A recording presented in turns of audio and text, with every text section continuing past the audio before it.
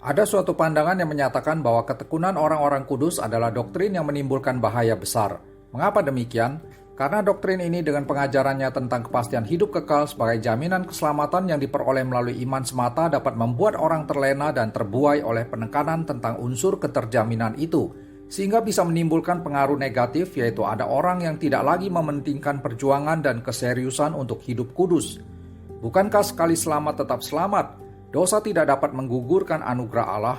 Jadi bagaimanapun cara hidup dan kondisi kerohanian kita tidak lagi mempengaruhi status keselamatan yang sudah pasti tersebut. Benarkah pemahaman seperti ini? Dua catatan penting berikut ini adalah tanggapan terhadap pemahaman demikian.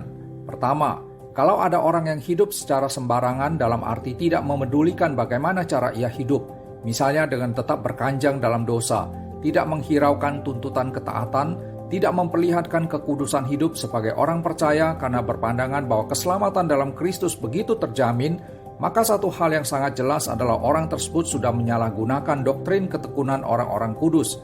Ia memakai doktrin ini sebagai lisensi untuk kehidupan yang berdosa. Kita harus ingat bahwa penyalahgunaan doktrin tidak berarti doktrinnya yang salah, melainkan orangnya yang salah kaprah. Dan kemungkinan besar orang yang berperilaku demikian adalah karena tidak mengerti intisari pengajaran tentang ketekunan orang-orang kudus. Doktrin yang sesuai dengan pengajaran Alkitab ini sama sekali tidak pernah dimaksudkan untuk membenarkan perbuatan-perbuatan yang bersifat antinomian atau sikap hidup yang melawan hukum-hukum Allah. Sebaliknya, pengajaran ketekunan orang-orang kudus ini justru menuntut adanya ketaatan yang wajib ditunjukkan secara nyata dalam kehidupan orang percaya. Rasul Petrus berkata, "Hiduplah sebagai orang merdeka dan bukan seperti mereka yang menyalahgunakan kemerdekaan itu untuk menyelubungi kejahatan-kejahatan mereka, tetapi hiduplah sebagai hamba Allah." 1 Petrus 2 ayat 16. Ayat ini menuntun kita untuk berpikir dengan logika yang benar. Jika kita memang sudah betul-betul dimerdekakan dari status sebelumnya, yaitu hamba dosa melalui karya penebusan Tuhan Yesus, maka kita harus menyatakan kemerdekaan tersebut bukan dengan hidup dalam dosa lagi, melainkan harus hidup sebagai hamba Allah. Doktrin ketekunan orang-orang kudus mengarahkan kita untuk menjalani kehidupan dalam anugerah keselamatan selaku hamba Allah, bukan hamba dosa. Kedua, doktrin ketekunan orang-orang kudus adalah respon orang beriman yang telah sungguh-sungguh dilahirbarukan oleh Roh Kudus. Respon tersebut direalisasikan melalui kehidupan yang mempraktekkan disiplin rohani seperti berdoa, bersaat teduh, persekutuan, mengejar kekudusan hidup dengan tidak mengikuti keinginan daging, memerangi hal-hal berdosa dengan mematikan segala sesuatu yang bersifat duniawi dalam dirinya, dan juga menempatkan Kristus sebagai Tuhan atas segala aspek hidupnya. Inilah gambaran sebenarnya untuk perilaku hidup orang yang telah menerima anugerah pengampunan dosa dari Allah. Dengan kata lain, orang yang benar-benar sudah diselamatkan haruslah bisa menunjukkan keabsahan tentang realitas keselamatan yang dialaminya.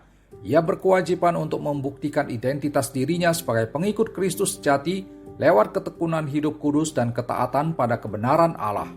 Kalau tidak ada bukti demikian, atau jika kehidupannya justru bertentangan dengan gambaran ini, bisa jadi kesimpulan yang tidak terelakkan adalah besar kemungkinan bahwa orang tersebut belum termasuk pribadi yang sudah mengalami anugerah keselamatan Allah. Terkait dengan hal ini, maka setiap orang yang mengaku percaya dan menerima Yesus Kristus sebagai Tuhan dan Juru Selamatnya perlu sungguh-sungguh menguji dirinya sendiri. Apakah kelakuannya sudah sesuai dengan pengakuannya?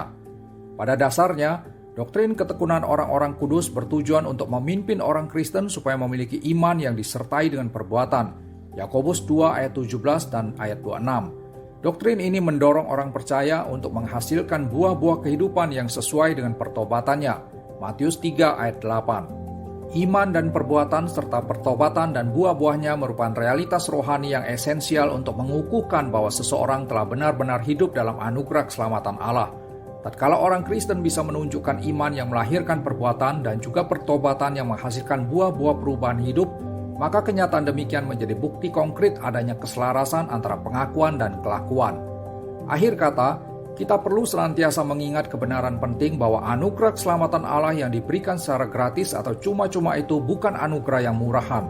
Sebab itu, sebagai orang yang memang sudah mengalami anugerah pengampunan dosa dari Allah, mari kita membuktikan diri dengan berkomitmen untuk tidak menyia-nyiakan kasih karunia yang begitu mahal tersebut. Sebaliknya, biarlah kita berjuang keras dan berupaya serius untuk merealisasikan kehidupan dalam ketekunan sebagai orang-orang kudus. Kiranya Tuhan menolong dan memberkati kita.